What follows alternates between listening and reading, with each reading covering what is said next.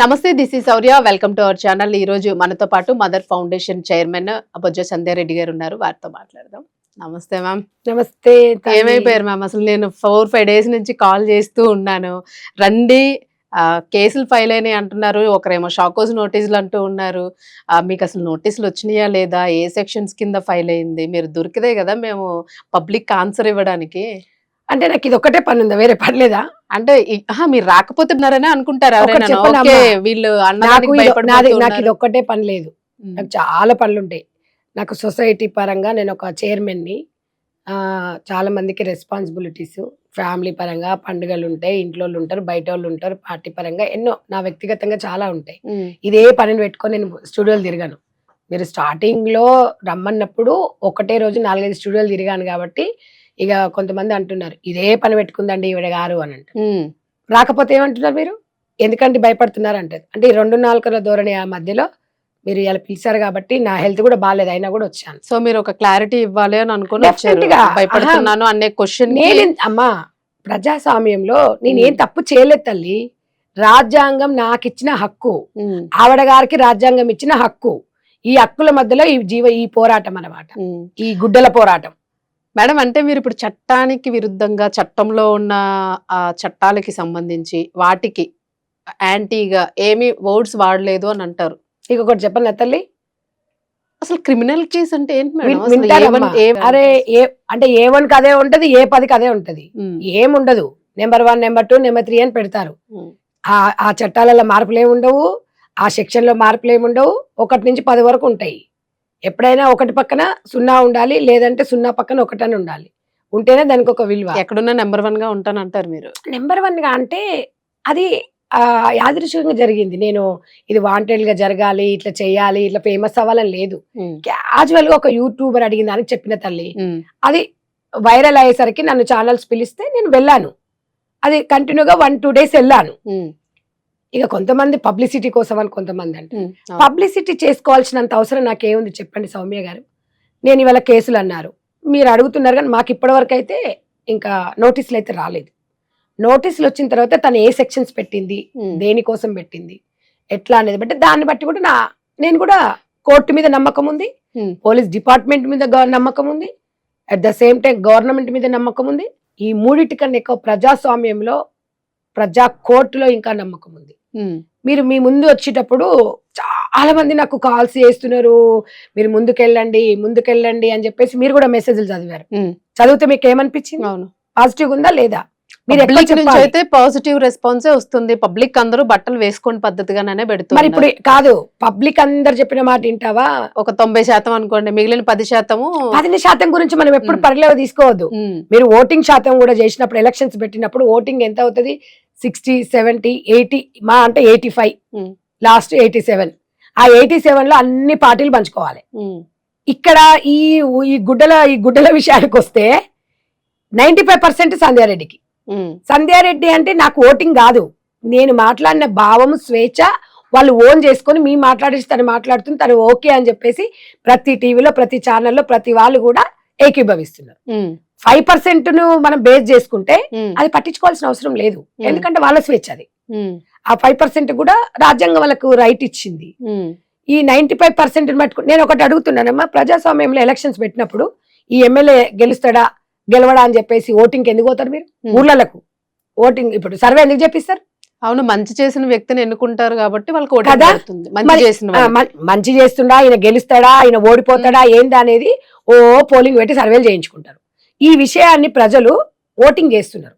Voting ఎట్లా చేస్తున్నారు? మెసేజ్ల రూపకంగా మీరు కాల్స్ పెట్టినప్పుడు చూస్తున్నారు. అవును, కాబట్టి అప్పుడు ఇంతమంది సంధ్యారెడ్డిని ఎవ్వరు చూడలే వాళ్ళను, నేను వాళ్ళతో కూడా మాట్లాడాను. ఈవెన్ ఆ క్యాండిడేట్ కూడా చూడలేదు. అసలు మీరు ఎవరో చాలా మందికి జనరల్ గా ఇప్పుడు ఆంధ్రాలో ఉన్న వాళ్ళకి, లేకపోతే ప్రపంచంలో ఎక్కడ ఉన్న వాళ్ళకి తెలియదు కదా. ఇప్పుడు తెలంగాణలో అంటే తెలుస్తుంది సంజయ్ రెడ్డి ఎవరు అనేది. సో మళ్ళీ ఆంధ్ర రాష్ట్రానికి వెళ్ళేసరికి పర్టికులర్ గా మీరు తెలియాలని ఏం లేదు. ఇప్పుడు మాత్రము ఎక్కడ చూసినా సరే సంధ్యా రెడ్డి గారి పేరు వినిపిస్తుంది అంటే వాళ్ళ బిడ్డలాగా. ఇంకొక విషయం తెలుసా, గొప్పది ఏంటంటే సంధ్యక్క అక్క అనే పదం రావాలంటే ఎంత అదృష్టం ఉండాలమ్మా. వాళ్ళేమన్నా నేనేమన్నా నన్ను పోషించినా, నా గురించి నేను మాట్లాడే వాయిస్ ని బట్టే వాళ్ళు మాట్లాడుతున్నారు. అవునా కదా చెప్పండి? అవును. కాబట్టి నేను అనేది ఏంటంటే, ఈ కేసులు దీంట్లకు భయపడే వ్యక్తి సంధ్యారెడ్డి కాదు.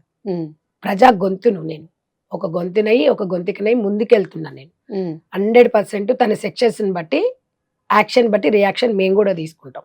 ఎందుకు అంటే ఏం సెక్షన్స్ పెట్టింది, మరి తను చేసిన వ్యాఖ్యలు, తను చేసిన వీడియోస్, తను చేసినవన్నీ కూడా ఏ ఏ ఏ సెక్షన్ల కింద వస్తే అవి కూడా మేము కూడా పెడతాం. ఎందుకంటే నాకు కోర్టు మీద, డిపార్ట్మెంట్ మీద, పోలీస్ డిపార్ట్మెంట్ నమ్మకం ఉంది కాబట్టి నేనేం మీకు చెప్పలేకపోతున్నా. పెట్టిన తర్వాత కంపల్సరీ కోర్టుకి వెళ్ళాల్సిందే, పోలీస్ స్టేషన్కి వెళ్ళాల్సిందే. డెఫినెట్ గా నా వాయిస్ నేను జడ్జిని అడుగుతా డైరెక్ట్, సార్ నాకు రాజ్యాంగం కల్పించింది కదా నేను చెప్పొద్దా అని. ఇప్పుడు ఇవాళ మాది వదిలిపెట్టండి, జర్నలిజం అనేది ప్రజలకు వారిదా లేకపోతే ఎవరికి వారది? ప్రజలకి, మిగిలిన అందరికి ప్రజలకి మీడియేటర్ ప్రజలకి. మాకు ఒక్కటే మేడం, ఒకటి మీరైనా ఆవిడైనా ఇంకొకళ్ళైనా వినండి అమ్మా, మీకు ఇక్కడ సౌమ్య గారు మీ మీద కూడా మన కామెంట్స్ చాలా వచ్చాయి. ఈక్వల్ బ్యాలెన్స్ ప్రజలకు కూడా చెప్తున్నాను నేను, మీరు అడిగిన ప్రశ్నకి నేను ఆన్సర్ చెప్పాలి. జర్నలిజం పెద్ద పాత్ర మాది, మేము అప్పుడప్పుడు వచ్చి వెళ్తుంటామమ్మా. మీది అతి పెద్ద పాత్ర. రెడ్ టీవీ నుంచి ఇంటర్వ్యూ తీసుకున్నామంటే ఇంతమంది యంత్రాంగం పనిచేస్తుంది, 10 మందికి మంచి పోవాలి. అవును. అయితే నేనేమంటున్నా అంటే మీ మీద కూడా కేసులు పెట్టినారు అంటే ప్రజాస్వామ్యంలో మీ స్వేచ్ఛను హరిస్తున్నారా లేదా? హరిస్తున్నట్టే. మరి మేము కూడా అఫ్ కోర్స్ మేము కూడా అదే ఆలోచిస్తున్నాం. మరి ఇట్లా మీరు అందరి మరి రేపు ఎవరిని పిలవద్దు. ఒక విషయం తెలుసా, మనము కోర్టు పరంగా పోయి మనము ఆపోతే ఏరా అంటే కూడా తప్పే, తెలుసా మీకు? రా అంటే కూడా తప్పే. అవును. మరి అట్లా అట్లా ఎన్ని అనుకుంటే వెళ్దాం మనము. ఇవాళ దాంట్లోకి భయపడడం కాదు, డెఫినెట్ గా స్పందిస్తాం. మీరు జర్నలిస్టుల మీద పెడితిరి, ప్రజా సంఘాల మీద పెడితిరి, ప్రజలను ఐ డోంట్ కేర్ అంట. మీకు వచ్చిన మెసేజ్లు చదువుకోమంటే ఐ డోంట్ కేర్ అంట, వాళ్ళు మేము పట్టించుకోమంటే. సమాజం మీకోసం పట్టించుకోనికి రెడీగా ఉందని నేను అడుగుతున్నా. సమాజం కూడా రెడీగా లేదు, ఎవరి ఇష్టం వాళ్ళదు. సౌమ్య గారు నేను ఆ రోజు చెప్పా, ఈ రోజు చెప్పాను, జడ్జిమెంట్ ఇవ్వలేదు, ఇలా ఉంటే బాగుంటదని యూట్యూబర్ అడిగితే చెప్పా. నేను 20 ఏళ్ల నుంచి అదే చెప్తున్నా. మీరు దయచేసి నేను చేసే సోషల్ సర్వీస్ అనేది కూడా మీకు 2-3 కొన్ని పంపిస్తాను, మీరు ఇది ప్లే చేసేటప్పుడు చూడండి. ఈ రోజే నేను బయటికి రాలేదు, సోషల్ దీని మీద నేను చేస్తాను. నేను 2014లో పార్టీలో ఉన్నానమ్మా, 2003 నుంచి ప్రజా జీవితంలోనే ఉన్నా. నేను national child labour project child labour మీద కూడా నేను 96 నుంచి వర్క్ చేశాను. నేను చైల్డ్ లేబర్ గురించి నాకు ఫుల్ అవగాహన ఉంది. మహిళా సమైక్యలో చేశా. ఇంకొక విషయం మీకు తెలవాల్సింది ఏంటంటే, మహిళా జేఏసీ 2010లో పెట్టాను నేను. మా మహిళల సమస్యల పైన మహిళా జేఏసీ పెట్టాను నేను. ఇప్పుడు ఆ మహిళా జేఏసీని మేము ఆల్రెడీ చేస్తుంటాం కొన్ని కాలం, ఇప్పుడు ఇంకా దాన్ని ఎక్కువగా ముందుకు తీసుకెళ్తాం. మహిళల పైన జరుగుతున్న దాడులను కూడా ఖండిస్తాం. వాళ్ళ మీద తీసుకుంటున్న ఎవరైతే పురుష సమాజంలో ఎవరైతే అలా చేస్తున్నా వాళ్ళ మీద కూడా ముందుండి మేము పోరాడతాం. సో పురుషుల మీద కూడా పోరాటం ఖచ్చితంగా డెఫినెట్ గా.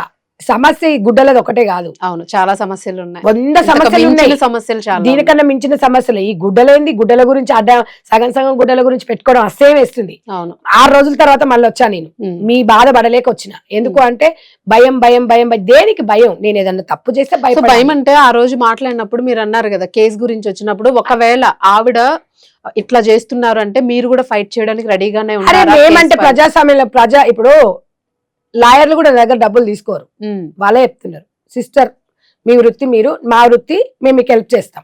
మా ఇంట్లో మా సిస్టరు, మా అమ్మకు, మా భార్యకు కూడా నేను మాది అన్నట్టుగా చేస్తాం.